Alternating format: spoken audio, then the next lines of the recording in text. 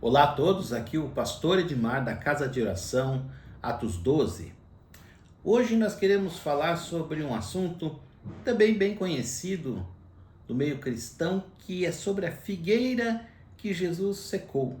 Certa feita, Jesus declara uma palavra para uma figueira e ela, no outro dia, ela está totalmente seca, totalmente morta. Mas antes de nós irmos para o conteúdo do vídeo, dê seu like, dê ali o seu joinha, se inscreva no canal, compartilhe esse vídeo. Me ajude a pregar o evangelho a toda criatura, me ajude a que a palavra de Deus chegue ao máximo de pessoas.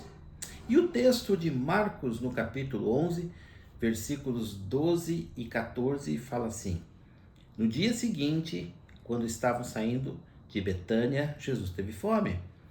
Vendo à distância uma figueira com folhas, foi ver se encontraria nela algum fruto. Aproximando-se dela, nada encontrou a não ser folhas, porque não era tempo de figos. Então disse: Ninguém mais coma do seu fruto. E os seus discípulos ouviram-no dizer isso. Lá no versículo 20: De manhã, ao passarem, viram a figueira seca desde as raízes. Então o que acontece aqui? Eles estavam numa travessia ali, Betânia, templo de Jerusalém, e eles então pousavam no Monte das Oliveiras, e Jesus pregava no templo durante o dia. E nessas travessias eles encontraram ali uma figueira cheia de folhas, que Jesus declara essa palavra. Aí quando eles voltam no outro dia, essa figueira está totalmente seca. Por que Jesus secou essa figueira? Por que ele fez isso? Existem duas respostas curtas e uma longa. Primeiro, que Jesus secou essa figueira porque ele é Deus. Jesus seca a árvore que ele quiser, Jesus planta a árvore que ele quiser, todas as coisas foram feitas por ele e sem ele nada do que foi feito se fez. João capítulo 1. Então Jesus é Deus, Jesus é soberano, Jesus tem a morte e a vida nas suas mãos como um ser divino. E ele também promoveu esse sinal, essa maravilha por meio da fé. Ele fala para os discípulos que se eles tiverem fé, eles podem fazer com que uma árvore se jogue no mar e ela vai se jogar. Então, Jesus operou aquilo por meio da fé. E Jesus fez aquilo porque ele é Deus. Mas tem uma terceira questão que é mais importante para nós. Nós entendemos o princípio que existe por trás da figueira seca, por trás dessa figueira que não produziu frutos naquela ocasião. Nós precisamos entender que essa figueira, ela estava muito bonita, ela tinha folhas, estava bem, tanto que ela chamou a atenção de Jesus. Jesus foi até ela achando que tinha frutos, porque ela estava muito bem folhada. E para quem trabalha com jardim, para quem trabalha com árvore, sabe que uma árvore, quando ela está bem, ela tem folhas saudáveis.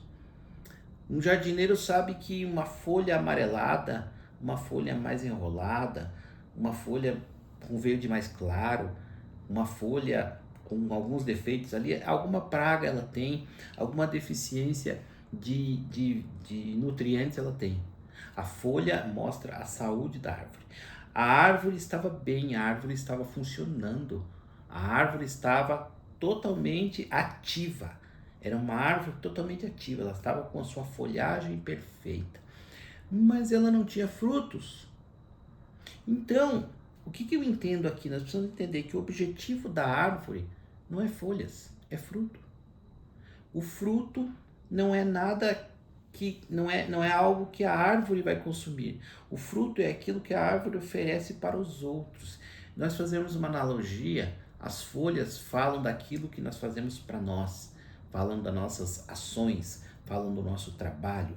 A folha é uma usina de energia da planta, ela fabrica os nutrientes. A folha é o alimento da planta, ela fabrica alimentos ali para que a planta sobreviva. As folhas falam daquilo que eu faço, daquilo que eu produzo, daquilo que eu gero resultados. O fruto fala daquilo que eu faço para os outros. O fruto fala daquilo que eu me dou. As folhas falam do meu trabalho, os frutos falam do meu caráter. Os frutos é aquilo que brota do meu coração, do meu caráter. A Bíblia fala que o fruto do Espírito é amor, sabedoria, domínio próprio, mansidão. O fruto não é nada que eu faça. Eu fiz esse trabalho me rendeu frutos. Eu fiz lá um trabalho numa ONG de educação, então eu estou aqui com 500 crianças estudando num contraturno. Eu estou com 50 salas de aula pelo Brasil inteiro. Isso são resultados no meu trabalho. Isso são resultados no trabalho, isso não é fruto. Fruto é aquilo que eu manifesto no meu caráter. Eu posso fazer um trabalho social lindo, querendo aparecer politicamente. Eu posso fazer um trabalho social lindo, querer me promover, ou então para que a minha imagem seja positiva. E o fruto é aquilo que está no meu caráter. Eu faço aquilo para aparecer ou eu faço aquilo por amor? O fruto é aquilo que me move a fazer, não aquilo que eu faço. Isso era muito comum na vida dos fariseus. Os fariseus, eles eram modelos de espiritualidade antes de Jesus.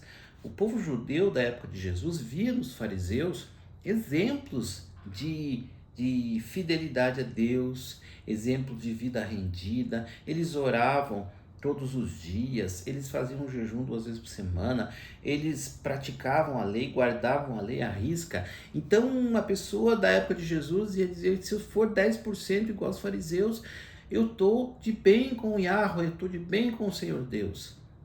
Mas aí Jesus olhou para os fariseus e falou assim, eles fazem isso por pura hipocrisia. Esses homens são sepulcros caiados. A classe que Jesus mais combateu foram os fariseus, e eles eram tidos como exemplos de virtude, como exemplos de misericórdia, como exemplo de uma vida dedicada a Deus. E Jesus diz, o fruto deles não existe, porque eles são hipócritas. Amados, nós precisamos nos cuidar muito com isso, porque nós cometemos o erro, cometemos o engano de mascarar o sentimento de idolatria ao eu como sendo uma virtude. Eu posso ter fazer boas ações focado na minha imagem. Na minha imagem, o ser humano, ele tende a fazer um ídolo de si mesmo. O ídolo é tudo aquilo que me dá vantagens para a minha vida.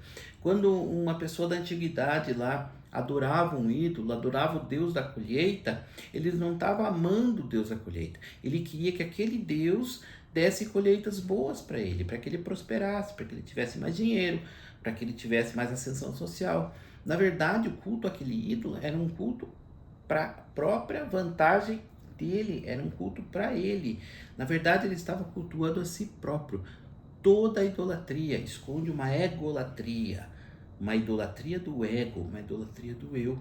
E nós corremos esse risco de idolatrarmos o eu, de disfarçarmos o nosso egoísmo com boas ações, com boas coisas. Mas fazer boas ações não é fruto.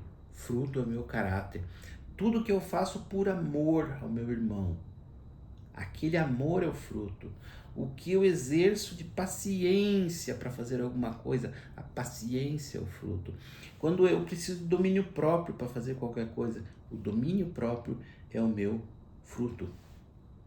Então o problema nunca é o que nós fazemos, mas por que nós fazemos. A folha é aquilo que eu faço, o fruto é quem eu sou.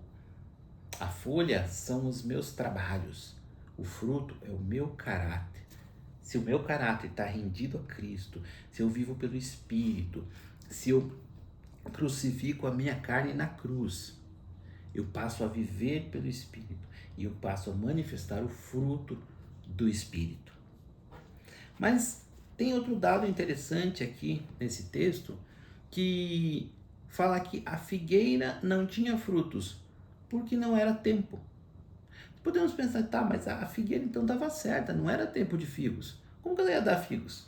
E Jesus foi até a figueira esperando figos. Amados, aquilo que eu manifesto no meu caráter não depende de tempo, depende da visitação de Jesus. Eu preciso corresponder à visitação de Jesus. Eu preciso corresponder à presença de Jesus na minha vida. Sabe aquelas pessoas que adiam tudo na vida? Amanhã eu melhoro, amanhã eu me entrego a Deus, amanhã eu me converto, amanhã eu deixo esse pecado, daqui um tempo eu vou melhorar, daqui um tempo eu abandono esse vício, daqui um tempo eu largo esse pecado, é cedo ainda, eu não estou pronto. Parece que as pessoas estão sempre adiando para a estação posterior. Nunca é tempo. Mas quando Jesus visita, é tempo. Eu preciso reagir à visitação de Cristo e Cristo me visita todos os dias. O Espírito Santo toca o nosso coração todos os dias, amados. Você precisa reagir à presença do Espírito Santo e se entregar totalmente, totalmente à presença de Deus. A Escritura diz em 2 Timóteo 4:2 que insta a tempo e fora de tempo. Não existe a melhor data, não existe o melhor tempo, não existe a melhor época. A época é hoje e a época é agora.